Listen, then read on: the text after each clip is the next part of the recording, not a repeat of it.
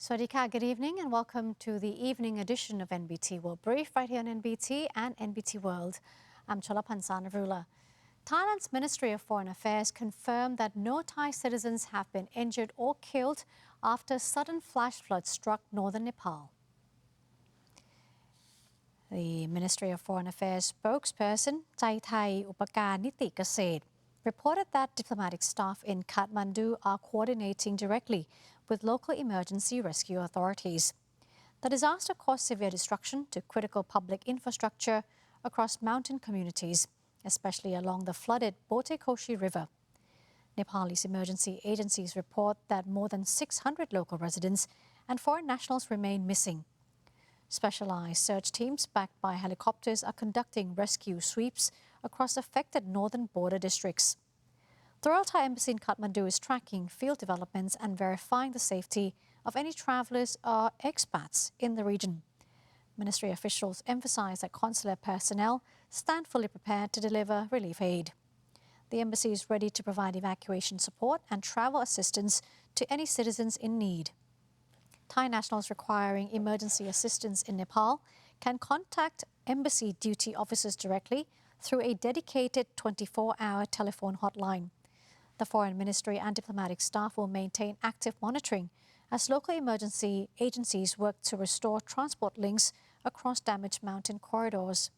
The Royal Thai Embassy in Kathmandu can be reached at the number appearing on the screen.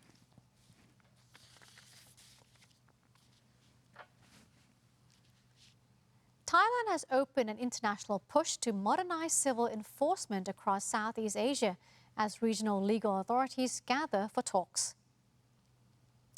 Justice Minister, Police Lieutenant General Ruttapon Nawarat opened the international conference, which focuses on balancing creditor rights with protections for debtors under modern legal systems. The meeting directly supports efforts to develop the Legal Execution Department into a regional academic center for civil enforcement and insolvency. The Legal Execution Department organized the forum alongside civil enforcement agencies from ASEAN member states, China, Japan, South Korea and Russia. Delegations also took part from the International Union of Judicial Officers, known as the UIHJ, and other international organizations. Discussions focused on 4 key areas, including alternative dispute resolution, protections for vulnerable debtors, and cross-border cooperation in asset tracing. In addition, delegates examined ways to apply digital technology and artificial intelligence to enforcement work while protecting personal data under the Personal Data Protection Act. Meanwhile, the Justice Minister emphasized that the gathering offers an important platform for partner countries to exchange technical expertise and best practices. Officials expect the shared knowledge and experience to help Thailand build a fair civil enforcement system that matches international standards. Beyond that, the Ministry of Justice aims to deepen institutional partnerships to advance knowledge sharing across the entire ASEAN region.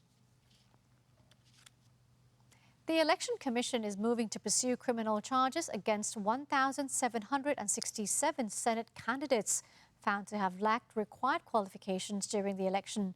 The poll agency resolved to take formal legal action against Section 74 of the Organic Act on the acquisition of senators. The widespread prosecutions follow decisions finalized across 2 major commission meetings.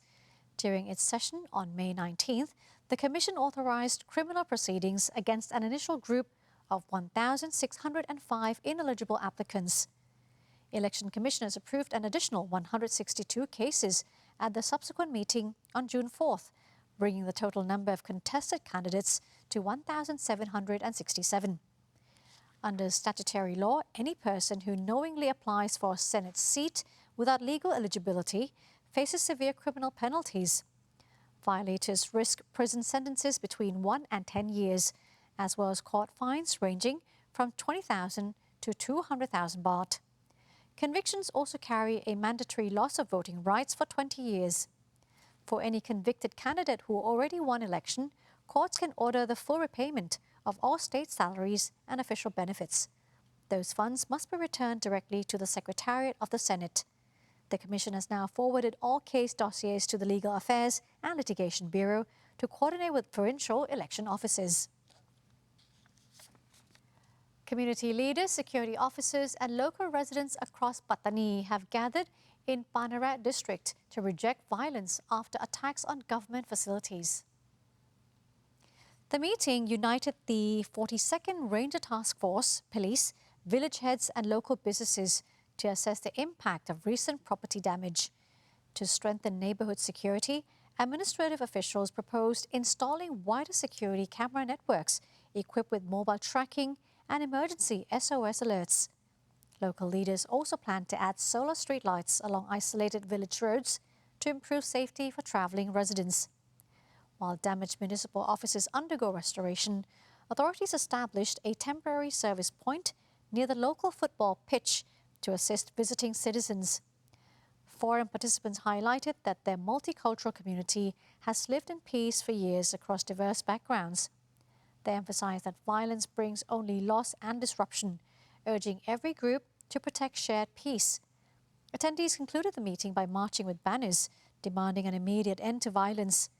Community members declared that silence is not the answer, calling on all religious and civic groups to unite against local unrest.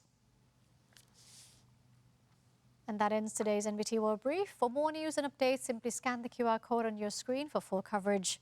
I'm Cholapan Sanarula. Swadee Ka.